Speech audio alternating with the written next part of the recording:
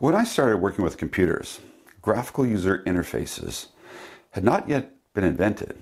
So working from the command line in DOS and Unix was what we just had to do. The early graphical interfaces like Windows, OS/2, and Mac offered wonderful opportunities to simplify routine tasks like copying a file by dragging and dropping. But there were trade-offs.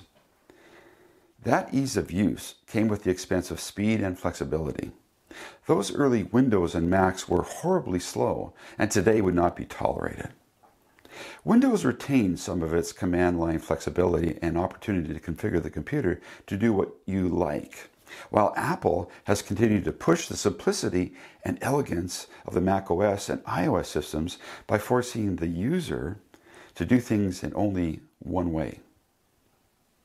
I continue to vacillate back and forth. I still like to do powerful command line based functions, but I use the latest Mac OS to make everyday tasks much easier.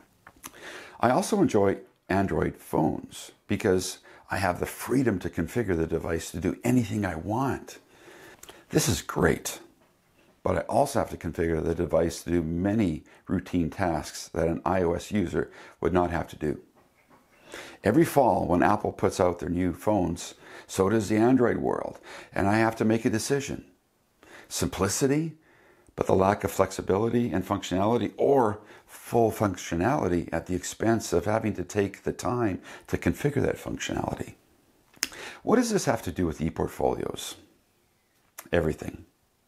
There are several options you have for your ePortfolio website. Part of your decision-making process should include how much control and flexibility you want, or if you're willing to work within a very tight constraint format. WordPress is the most widely used website creation tool. It's often called a content management system, or CMS, and right now it has over 63% of the market share. It could be compared to Android or Windows. You have a great deal of flexibility and configurability, but you have to do a bit more work on the front end to set this up. There are also wide assortments of tools and plugins that can be added to WordPress that can make it much easier to use, but you have to install and configure these tools. This means there's often a bit more work or a learning curve on the front end. If this sounds too overwhelming, there are website platforms like Wix, which is the next most popular website creation tool behind WordPress, with about 4% of the market share. This is a huge difference in market share. Most of the website generation tools that I've used prior to moving to WordPress no longer exist. And some of the CMS systems that I used, like Joomla and Drupal, are still around, but are such small players in the CMS space, which means they are only used by a very small community and have limited development.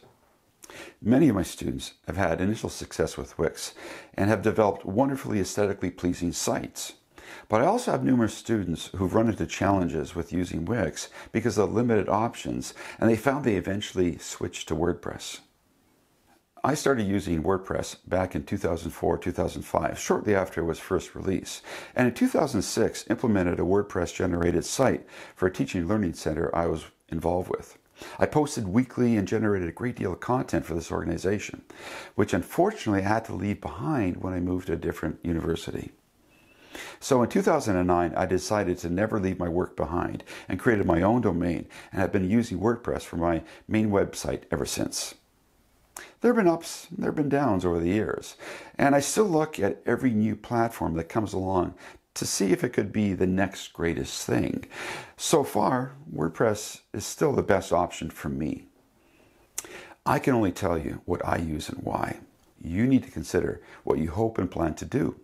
If you're willing to put some work in on the front end and deal with some of the challenges of a steeper learning curve, then WordPress may work for you just fine. If power and control aren't that important, and then Wix will also be just fine. The decision is yours. You may be wondering when I get to the part of telling you how to set up your WordPress site. Unfortunately, I won't be doing that. This is perhaps one of the most important and challenging parts of this whole process. I can point you to the hosting company that I currently use, but you need to go through the process of getting your WordPress site or even your Wix site up and running yourself. Getting your site up has gotten easier in the past few years, but you still have to be prepared for a few challenges that will strengthen your ability to resolve problems that may eventually arise. For example, when you want to add more functionality or a special tool to your site and the installation doesn't go as planned, you may need to figure out how you can make it work by querying Google or even ChatGPT.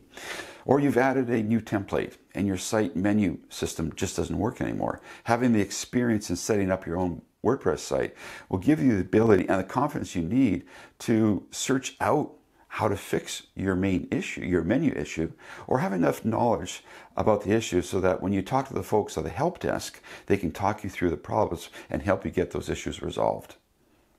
Don't worry. While this may sound onerous, WordPress has gotten way easier to use than when I started back in 2004. And quite often the problems are easy to fix, especially if you have the foundational understanding of how your site was set up and how it works. In addition, the help desk support in many hosting companies has gotten so good that I've not run into any problem that wasn't easily resolved after a few minutes on the telephone. If I was starting today, I would start with WordPress.